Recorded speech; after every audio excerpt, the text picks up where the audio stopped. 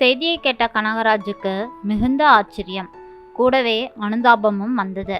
குமாரையும் அவனது மனைவியையும் பார்த்து அட்வைஸ் தரலாமே என தோன்றியது. அதற்கான உரிமை கண்டிப்பாக கனகராஜுவுக்கு உண்டு. குமாரின் குடும்பத்தோடு கிட்டத்தட்ட 40 வருடங்கள் பழக்கம். அந்த செய்தியை உண்மையானதா என தன்னிடம் சொன்ன நபரை மீண்டும் மீண்டும் கேட்டு தெரிந்து கொண்டார். அட, குமாரும் அவரது சம்சாரமும் லாரியில பொட்டி சாமான்களோட தனியா போனதை நானே என் கண்ணால் பார்த்தேன். நான் உங்க அளவுக்கு நெருக்கமில்லாததால் ரொம்ப விசாரிக்க முடியவில்லை. போற முகவரியை மட்டும் கேட்டு தெரிந்து கொண்டேன். 4 தெரு தள்ளி சன்னதி தெருன்னு சொன்னாரு. ஆனா அவர் முகத்திலையும் சரி, அவர் மனைவி முகத்திலையும் சரி, ஒருவித கலக்கமும் கூட இல்லை. சந்தோஷமாகத்தான் இருந்தார்கள். தகவல் உறுதியாகிவிட்டது. வீட்டில் தன் மனைவியிடம் ஆதங்கப்பட்டார். அவரது மனைவிக்கும் ஆச்சரியம்தான். அந்த குடும்பத்தில் தனி குடித்தனமா? நம்பவே முடியலைங்க. அதுவும் இது அப்பா பேச்சை தட்டாத பிள்ளையாயிற்றே. நல்ல குடும்பத்து மருமகள், மகன் கிட்ட பாசத்தை கொட்டுற அப்பா அம்மா, ஒரே செல்ல பேரன், வேற என்ன குறை இருக்க முடியும்? அவங்க வீட்டில் முன்னையாவது பாட்டி தாத்தான்னு படுக்கை கேஸ் இருந்தாங்க. இப்போ அது எதுவுமே இல்லையே என விரக்தியோடு புலம்பினாள். எனக்கு ஏதோ மனசு ஆறல, நான் போய் நேரில் பார்த்துட்டு வரேன். இது மாதிரி முக்கியமான முடிவில் நம் கூட இருக்கணும். இது நம்ப முடியல. அதுக்காக நாம கண்டுக்காம இருக்க முடியுமா? அது நல்ல நட்பில்லையே. விருட்டென தன் டிவிஎஸ் சாம்பிள் குமாரின் ஊருக்கு கிளம்பினார் கனகராஜ். அவரது மனைவி வீட்டிலிருந்து 4 கிலோமீட்டரில் குமாரின் ஊர். அந்த 4 கிலோமீட்டர் பயணத்தில் தன் குடும்பத்தின் ஞாபகம் வந்தது. அவரது ஒரே மகனுக்கு பெரிய இடத்திலிருந்து பெண் பார்த்து முடித்து பேத்தியும் பிறந்து வடிவேலு சொல்வது போல் நல்லாத்தானே போயிட்டிருந்த நிலையில் கனகராஜின் சம்மந்தி இயற்கை எய்தினார். அவர்கள் வீட்டையே நிர்வகிக்கும் பொறுப்பு அவர் மகன் தலையில் விழுந்தது. அப்பொழுது அவர் மகன் எடுத்த முடிவு கனகராஜுவுக்கும் அவரது மனைவிக்கும் தாங்க முடியவில்லை. அப்பா, முடிஞ்ச நீயும் அம்மாவும் இந்த வீட்டை வித்துட்டு என் மனைவி ஊருக்கு வாங்க. முடியாட்டி பரவாயில்ல, நான் அப்பப்போ உங்களை வந்து பார்த்துக்கிறேன். நான் அந்த குடும்பத்து ஒரே மாப்பிள்ளை, சொல்லப்போனா ஒரே வாரிசு என அவர் மகன் சொல்லவும் கனகராஜுவுக்கு வழி புரிந்தது. ஆனால் மறைத்து கொண்டு மகனை ஆசீர்வதித்து அனுப்பினார். சண்டை போட்டு என்ன பயன்? இன்று விட்டு கொடுக்க வேண்டியது பெரியவர்கள் தானே. ஏறக்குறைய அதே நிலைமைதானே தன் நண்பர் குடும்பத்துக்கும் வந்திருக்கிறது. சன்னதி தெருவில் அது புது குடித்தனத்தில் கொஞ்சம் சாமான்கள் ஒழுங்குபடுத்தப்படாமல் இருக்கவே ஒரு வழியாக வீட்டை அடையாளம் கண்டுபிடித்து கனகராஜ் போனார். நீயா? குமாரசாமி ஆச்சரியப்பட்டார். என்ன குமார், இதெல்லாம் உனக்கு தேவையா?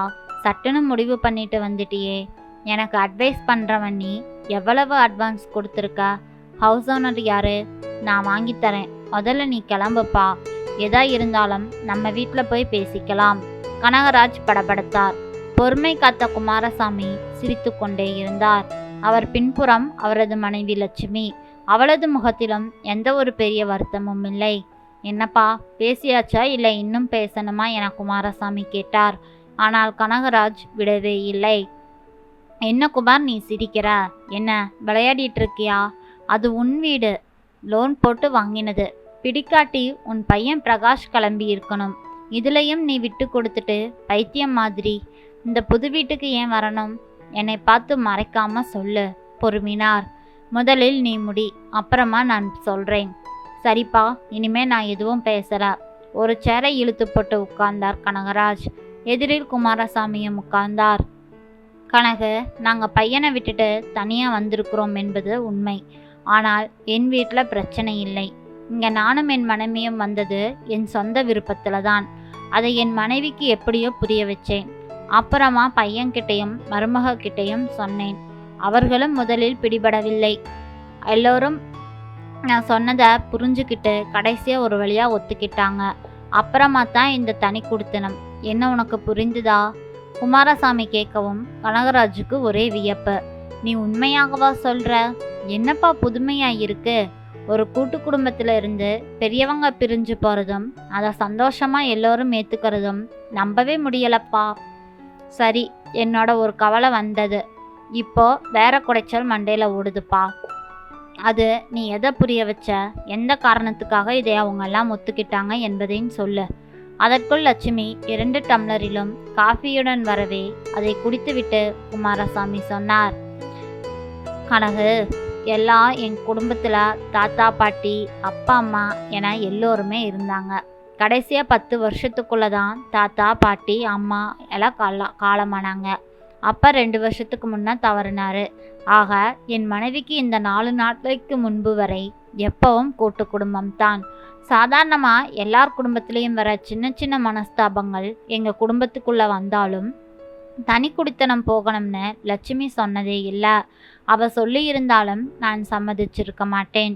அப்புறம் எங்கள் வீட்டில் பெரியவங்க போனதும் மருமக பேரன்னு குடும்பம் வளர்ந்து சரியாகவே இருந்தது.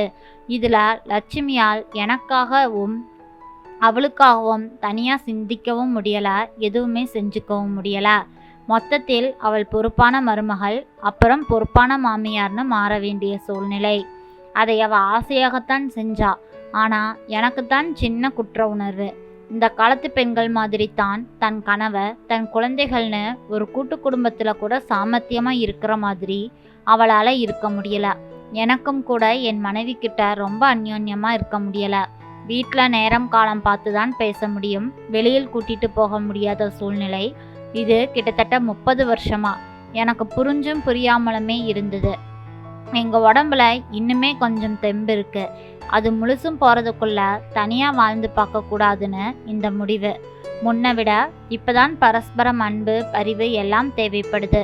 அதை ஏன் ஆசையாக அனுபவிக்க கூடாதுன்னு தோணுச்சு. முதல்ல லட்சுமியும் ஒத்துக்கலை. ரொம்ப கஷ்டப்பட்டு சமாதானம் செஞ்சேன்.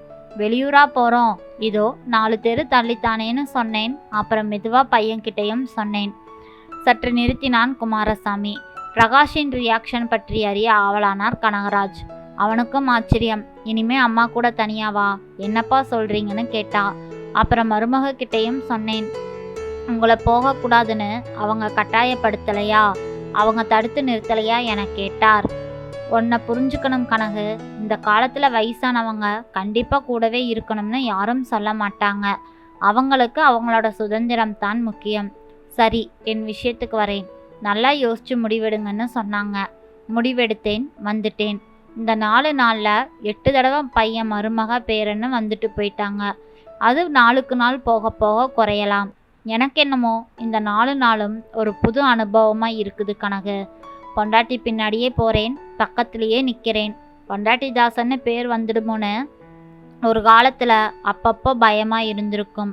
ஆனால் இப்போ அந்த பேர் வரணும்னு எனக்கே ரொம்ப ஆசையாக இருக்குது.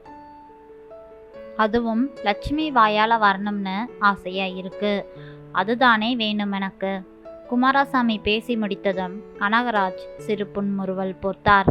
இது எல்லாம் எத்தனை நாட்களுக்கு நீடிக்கும்? உடம்புக்கு ஏதாவது வந்தால் என்ன செய்வ என கேட்க நினைத்தார். ஆனால் கேட்கவில்லை.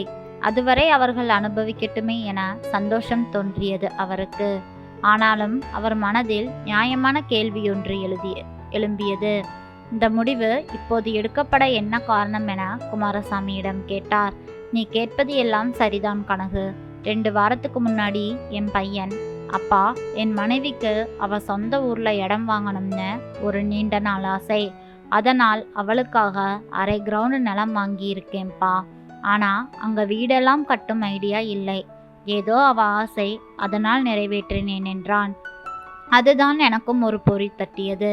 அவன்கிட்டையும் கற்றுக்க ஒரு விஷயம் இருக்குன்னு தெரிஞ்சது.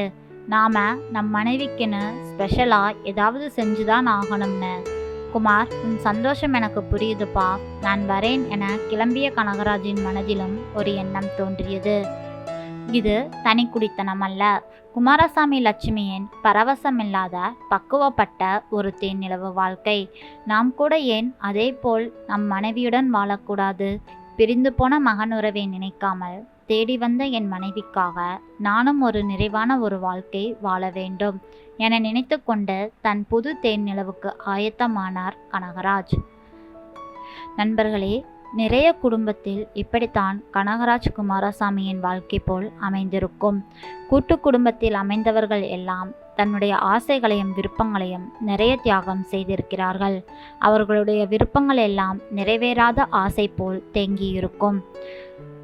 குமார் போல் தன் மனைவியிடம் சந்தோஷமாக வாழ நினைக்கும் கணவன்மார்கள் ஏராளம் பேர் உள்ளார்கள். அவர்களெல்லாம் மகன்களுக்காகவும் குடும்பத்திற்காகவும் விட்டு கொடுத்து மனைவியின் ஆசையை நிறைவேற்ற முடியாமல் வயதான காலத்தில் ஏதேனும் ஒரு வாய்ப்பு கிடைத்திராதா என ஏங்கிப்போன நாட்களும் இருக்கும்.